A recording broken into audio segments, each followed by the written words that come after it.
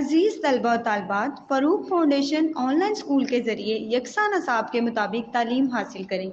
اگر ہماری ویڈیوز پسند آئیں تو چینل کو سبسکرائب کریں اور دوستوں کے ساتھ شیئر کریں اور بیل آئیکن کو لازمی دبائیں تاکہ آئندہ آنے والی تعلیمی ویڈیوز آپ حاصل کر سکیں۔ اعوذ باللہ من الشیطان الرجیم، بسم اللہ الرحمن الرحیم۔ السلام علیکم بچوں، امید ہے کہ آپ سب خیریت سے ہوں گے۔ بچوں، آج ہم 8ویں جماعت کے اسلامیات کی کتاب کا سبق جہاد پڑھیں گے اور سمجھیں گے۔ ہر سبق کی طرح بچوں، یہ سبق شروع کرنے سے پہلے میں آپ کو اس کے معنی بتاؤں گی تاکہ آپ کو یہ سبق سمجھنے میں آسانی ہو جائے اور آپ کو یہ سبق سمجھنے میں کسی قسم کی مشکل پیش نہ آئے۔ تو بچوں، جہاد کے معنی صحیح اور کوشش کرنے کے ہیں۔ شریعت میں جہاد سے مراد دین حق کی بلندی اور اشاعت کے لیے ہر قسم کی تکلیف گوارا کرنا اور دماغی، مالی اور جسمانی قوتوں کو اللہ کی راہ میں صرف کرنا ہے۔ جہاد فی سبیل اللہ سے مراد ہے کہ دین کے راستے میں رکاوٹ ڈالنے والی شیطانی قوتوں کا مقابلہ کرنا، چاہے یہ قوتیں ذاتی خواہشات کی بنا کی شکل میں ہوں یا کفار کے لشکر کی شکل میں۔ غرض ہر ایک ایسی طاقت جس سے دین کو نقصان پہنچے، اس کے خلاف کوشش کرنا جہاد ہے۔ جو شخص جہاد میں حصہ لیتا ہے اسے مجاہد کہتے ہیں۔ ارشاد باری تعالیٰ ہے، سورہ بقرہ کی آیت نمبر 216 میں اللہ تعالیٰ فرماتے ہیں، تم پر کفار سے لڑنا لازم کیا گیا ہے جو آپ کو ناگوار لگتا ہے۔ بہت ممکن ہے تم کسی چیز کو ناگوار سمجھو تو وہ تمہارے حق میں بہتر ہو۔ تو بچوں، یقیناً آپ کو جہاد لفظ کے معنی سمجھ آ گئے ہوں گے۔ اب ہم آتے ہیں سبق کی طرف۔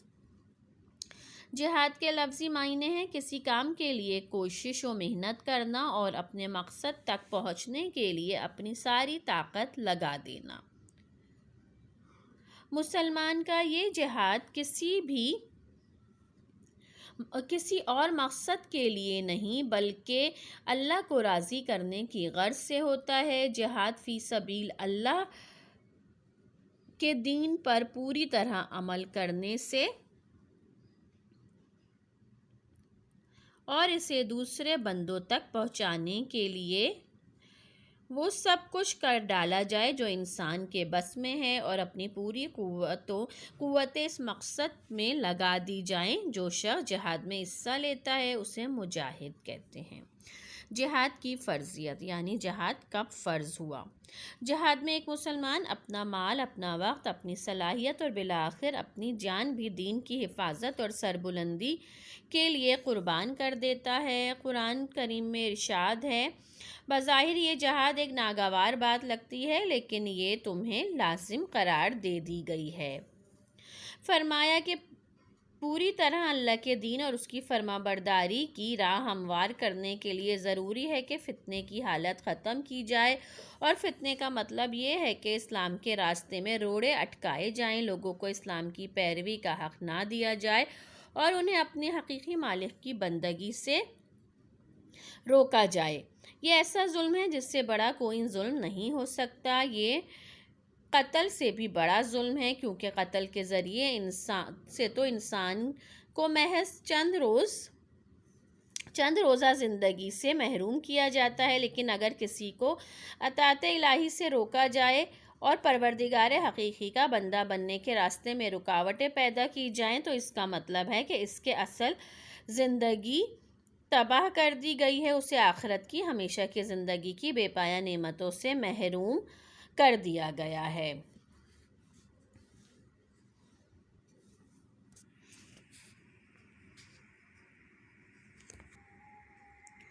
تو بچوں، جہاد میں ایک مسلمان اپنا مال، وقت، صلاحیتیں اور جان تک دین کی سربلندی کے لیے صرف کر دیتا ہے۔ جہاد اللہ کے دین اور اس کی فرما برداری کے لیے ضروری ہے تاکہ شر اور فتنے کی حالت ختم ہو جائے، کیونکہ فتنے کو قتل سے زیادہ شدید قرار دیا گیا ہے۔ طاقت کا استعمال کسی ذاتی یا قومی تعصب اور دشمنی یا شہرت کی وجہ سے نہ ہو، بلکہ اللہ کے حکم کی تعمیر اور اس کے دین کی خدمت ہو۔ شہادت ہے مطلوب و مقصود مومن، نہ مال غنیمت نہ کشور کشائی۔ جہاد کی اجازت دو مقاصد کے لیے دی گئی ہے، ایک یہ کہ اپنے دفاع اور حفاظت کے لیے جہاد کیا جائے، جب کوئی دشمن آپ پر حملہ کرے تو دین اور اسلام کی ریاست کی حفاظت کے لیے جہاد کیا جائے۔ دوسرا مقصد برائی، زیادتی اور فتنے کو ختم کرنے کے لیے طاقت کا استعمال کیا جائے۔ اس طرح ظالموں کے ظلم و ستم سے مسلمانوں کو نجات دلانے کے لیے جہاد کرنا ضروری ہے، تاکہ اللہ تعالیٰ ایمان والوں کو غالب کر دے اور کافروں کو ختم کر دے۔ مسلح جہاد کے سلسلے میں یہ بات ذہن نشین رہے کہ اس کی اجازت ان دو مقاصد کے لیے دی گئی ہے۔ تو بچوں، شہید کا مقام اسلام کے حوالے سے اور اللہ کے راستے میں جہاد کرتا ہوا جو جان دے دیتا ہے اسے شہید کہتے ہیں، اور اسلام میں شہید کا درجہ اس طرح بلند ہے کہ اس سے یہ کہا گیا ہے کہ اسے مردہ کہنے کی اجازت نہیں، بلکہ فرمایا گیا ہے کہ وہ زندہ ہے اور اپنے پروردگار کے پاس سے رزق پا رہا ہے، البتہ تمہیں اس کی زندگی کا شعور نہیں۔ نبی کریم صلی اللہ علیہ وآلہ وسلم نے جہاد کے لیے ایسی شاندار اصطلاحات نافذ کی جس سے جنگ کا ہیبت ناک تصور زحمت سے رحمت بن گیا۔ آپ صلی اللہ علیہ وآلہ وسلم نے ہدایت فرمائی کہ جنگ میں بچوں، بوڑھوں اور عورتوں کو قتل نہ کیا جائے، دشمن کے مکانات نہ جلائے جائیں، پھلدار درختوں کو نہ کاٹا جائے، فصلوں کو بلا وجہ نقصان نہ پہنچایا جائے، مسلمانوں میں سے کوئی اگر کسی کافر کو امان دے دے تو اس سے باز پرس نہ کی جائے۔ سپہ سالاروں کو خصوصی ہدایت فرماتے کہ پہلے دشمن کو اسلام کی صورت کی دعوت دینا، اگر قبول کر لیں تو انہیں چھوڑ دینا، اور اگر دشمن اسلام قبول نہ کرے تو اس سے جزیہ وصول کیا جائے، جزیہ نہ دینے کی صورت میں جنگ کی جائے۔ جہاد کی ضروریات پوری کرنے کے لیے مالی قربانی کی بھی ضرورت ہے، اسے اسلام نے مالی جہاد قرار دیا ہے۔ جو لوگ جہاد میں شامل ہونے کے لیے اپنے گھر بار چھوڑ کر اللہ کی راہ میں نکلے ہوئے ہیں، ان کے گھر والوں کی دیکھ بھال کی بھی ضرورت ہے۔ کسی بھی مشکل وقت میں ان کی مدد کی جائے، ان کے مسائل حل کیے جائیں اور ان کی جان و مال، عزت اور جائیداد کی حفاظت کی جائے۔ جو خوش نصیب مسلمان جہاد میں شہادت کا مرتبہ حاصل کر لیں، ان کے خاندان کی دیکھ بھال تمام مسلمانوں کی ذمہ داری ہے۔ ان کے گھر والوں کی کفالت، ان کے کھانے پینے، لباس، علاج اور مکان کا بندوبست کیا جائے، ان کے بچوں کی تعلیم، تربیت اور تعلیمی ضروریات کا انتظام کیا جائے۔ رسول اللہ صلی اللہ علیہ وآلہ وسلم نے فرمایا، جس شخص نے اللہ کی راہ میں کسی مجاہد کو سامان پہنچایا، اس کے پیچھے اس کے گھر والوں کی اچھی طرح خبرگیری کی، اس نے بھی جہاد میں حصہ لیا۔ جہاد ایک دائمی عمل۔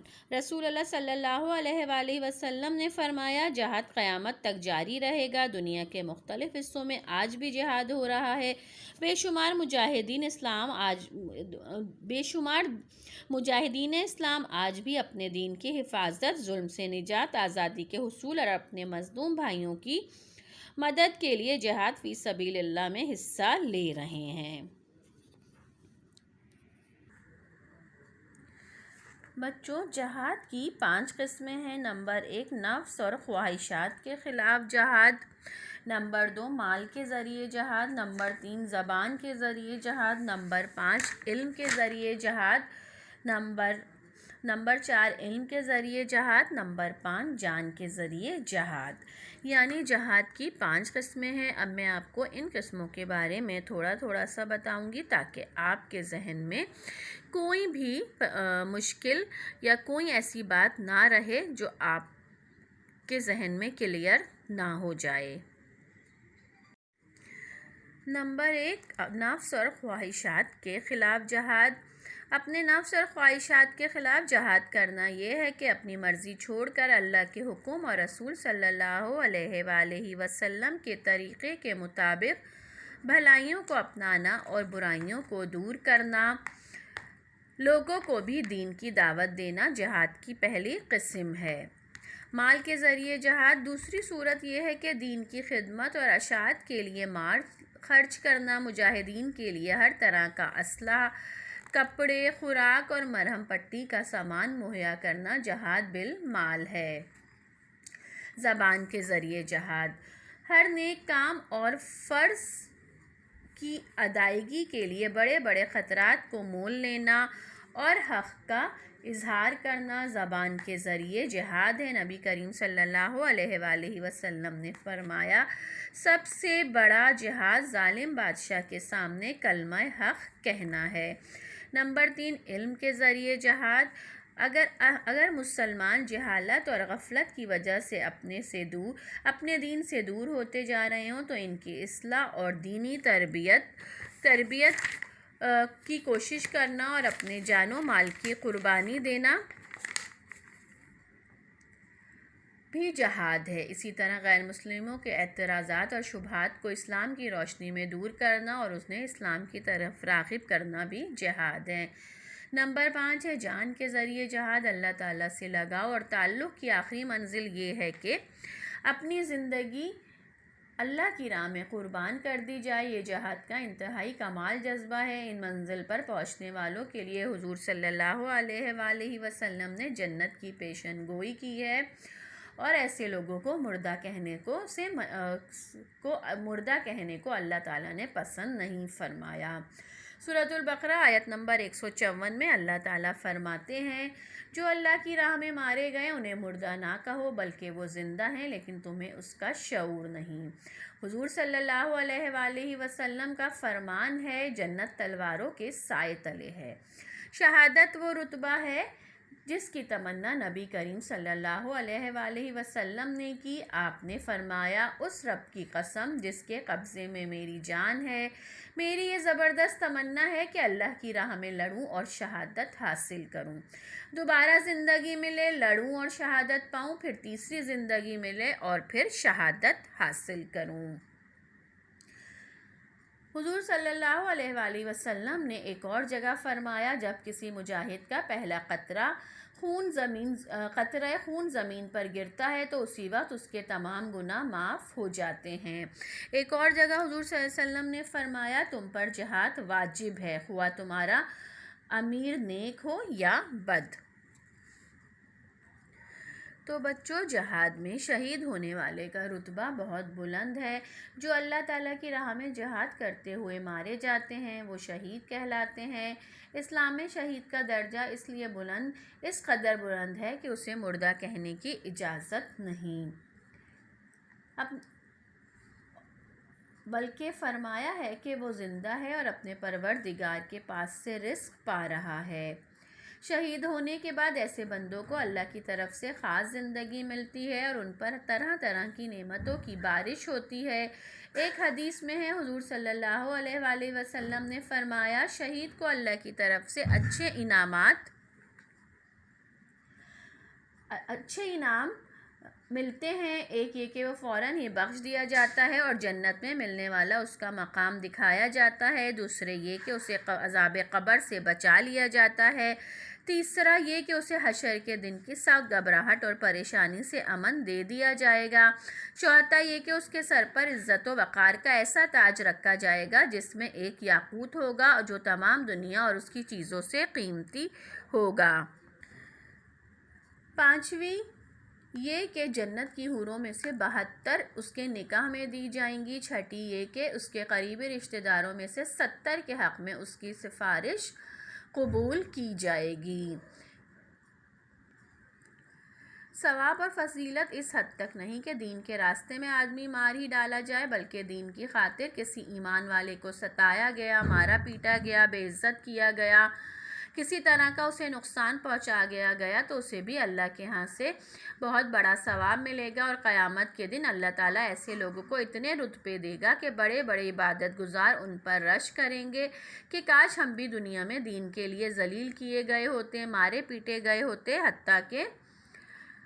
تاکہ یہی انعامات ہم کو بھی حاصل ہوتے۔ سورہ آل عمران کی آیت نمبر 169 میں اللہ تعالیٰ فرماتے ہیں جو لوگ اللہ کی راہ میں مارے جائیں اور ان کو ہرگز مردہ نہ سمجھو بلکہ وہ زندہ ہیں، اپنے پروردگار کے پاس ان کو طرح طرح کی نعمتیں دی جاتی ہیں۔